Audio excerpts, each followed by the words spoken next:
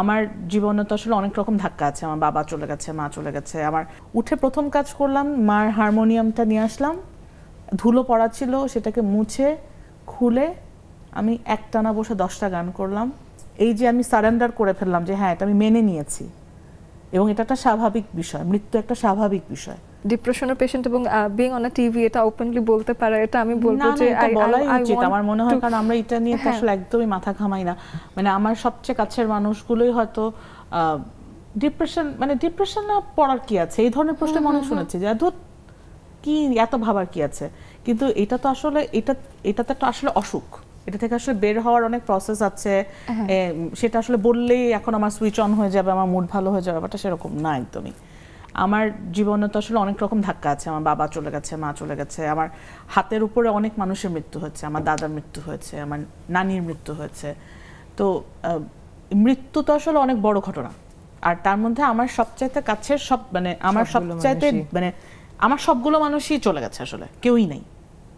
তো সেই জায়গা থেকে এইটা একটা ডিপ্রেশন। এর পাশাপাশি তো আসলে দৈনন্দিন জীবনে নানান অপ্রাপ্তি, এইটা নিয়ে সমস্যা, সেটা নিয়ে সমস্যা, এগুলো লেগেই থাকে। তো আমি রিয়েলাইজ করলাম সেটা হচ্ছে যে মা চলে যাওয়ার পরে, মা চলে গেছে বোধহয় 21-এ মারা গেল। তো প্রথম 2 বছর আমি ওর মতো পালাচ্ছিলাম। আমারটা আরও ভয়ঙ্কর ছিল যে আমি মার রুমে যাচ্ছি না, মার কাপড় ধরছি না, মার ছবি দেখছি না, মার গান শুনছি না। কোনোভাবে ফেসবুকে মেমোরিজে মার ছবি চলে আসে, সাথে সাথে স্ক্রল করে বেরিয়ে গেলাম ওখান থেকে, এবং আলাপ উঠলে খুব হালকা আলাপ করে বেরিয়ে যাচ্ছি। তারপরে আমি হঠাৎ করে আমার মনে পড়লো যে আমি কোভিডের সময় স্পিরিচুয়ালিজম নিয়ে বিভিন্ন আছে না নানা রকম জার্নাল আসে ফেসবুকে, এটা সেটা। তো একটু পড়তে পড়তে সেখানে আমি আসলে একটা লাইন পড়েছিলাম যে you have to go through the pain যদি তুমি হিল করতে চাও নিজেকে। আমার একদম সাডেনলি আমি শুয়েছিলাম, আমার জাস্ট মনে হলো এই কথাটা। আমি উঠলাম, উঠে প্রথম কাজ করলাম, মার হারমোনিয়ামটা নিয়ে আসলাম, ধুলো পড়া ছিল, সেটাকে মুছে খুলে আমি একটানা বসে 10টা গান করলাম। আমার রুমে একটা বড় টেলিভিশন আছে, সেখানে মার একটা ছবিওয়ালা ইউটিউবের একটা ভিডিও ছেড়ে আমি জাস্ট 1.5-2 ঘন্টার একটা সেশন দিলাম আর কি মাকে নিয়ে।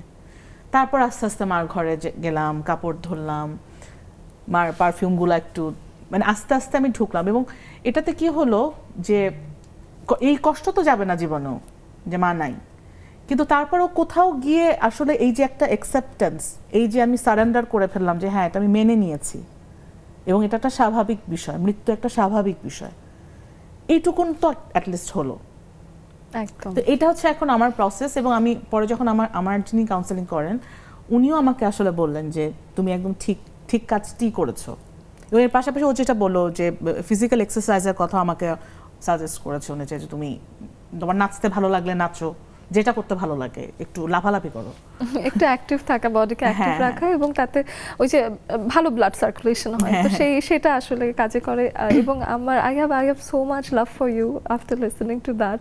কারণ আমরা আসলে খুব ছোট ছোট ঘটনায় অনেক সময়ই ভেঙে পড়ি, যেমন একটা কাজ হচ্ছে না, একবারেই মনে হচ্ছে যে না হবে না আমাকে দিয়ে, এরকম করেই আসলে থেমে যায়। এখন you just said you have nothing left এরকম একটা সময়, and still you're smiling all the time, so that takes courage.